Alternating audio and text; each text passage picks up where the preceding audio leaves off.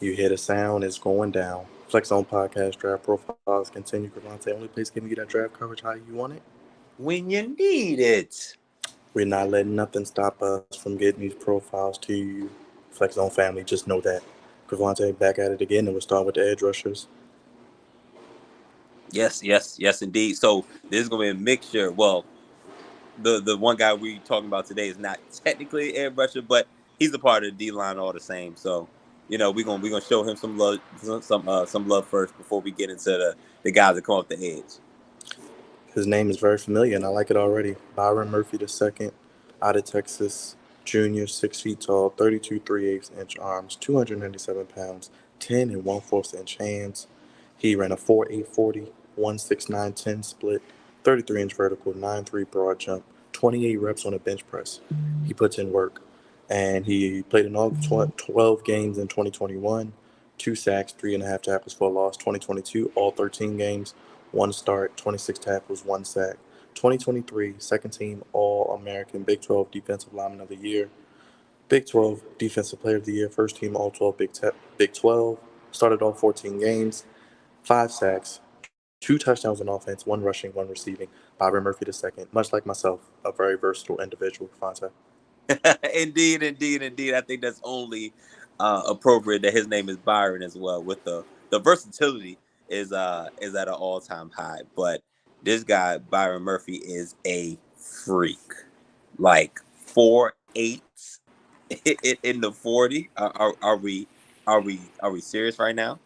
But he has one of the most explosive first steps and first step quickness, and is very disruptive from the inside, well, from the interior of the defensive line going into the offensive line.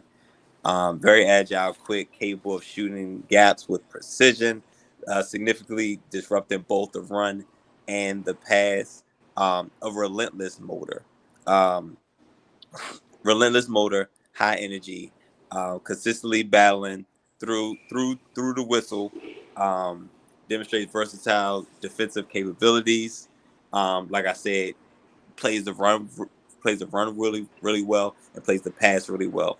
One of the stats that it's become a bigger stat as we've gone on, especially as far as defensive linemen, and it's a little stat called pressures now because it's not all about sacks. Yes, the sacks are the glory, but the guys that get pressures, they don't get much credit. You know what I'm saying? It's like all the glory goes to the guy who actually got the sack, but the reason why he got to the sack is because there's some other guys putting a lot of pressure on the quarterback. And though his sack numbers are not elite, his pressures are. And he obviously forces a whole ton of double teams. When you look at a guy like that, where do you play him, Crevonte? Because when you see defensive lineman, that can mean so many things. Like you said, versatility is so big in the NFL now, especially on the D line. Is he a D tackle? Is he a 3-4 D tackle? Is he a 4-3 D tackle? What is he playing in? What system? Is he an every down lineman? Because some guys only play 2 downs. Seems like he can play both. He plays offense, even it looks like maybe like an extra blocker who can catch the ball, run the ball, refrigerator Perry style. How are you looking at Murphy projecting to the NFL? And I guess you said a lot of strengths, any weaknesses, and player comps, all that good stuff wrapped into one. I know I threw a lot at you. All good. Um, so how we started off in the beginning, he's versatile. I think this is a guy where you kind of plug and play in different on different sides of the defensive line, interior, outside. I wouldn't even let the offense get keen on his specialty. Just have him do a little bit of everything. Play on the edge, play on the D, defensive tackle. Kind of like how Aaron Donald was towards the end of his career, where he started playing a lot on the edge, and it's only because he's undersized as a defensive tackle. Like I think he's a notch under 300 pounds, and those fat boys on the interior D line is 315, 320. You know what I'm saying, and up and upwards. Um, so one thing he will have is definitely his quickness. That's one thing he can lean on, continuously lean on. But um, I will put him depending on what defense you run. I would try him out at 3-4 DN and see where he could go from there. But as far as weaknesses, um, because his arms are a little short. So he's gonna have to work a little bit harder to separate and get be able to get free from interior offensive linemen.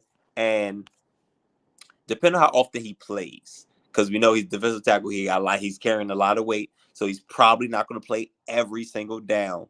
But whoever the defensive coordinator is for whatever team drafts him has to really manage his plays, because he's going to attract double teams, because his first step is so crazy.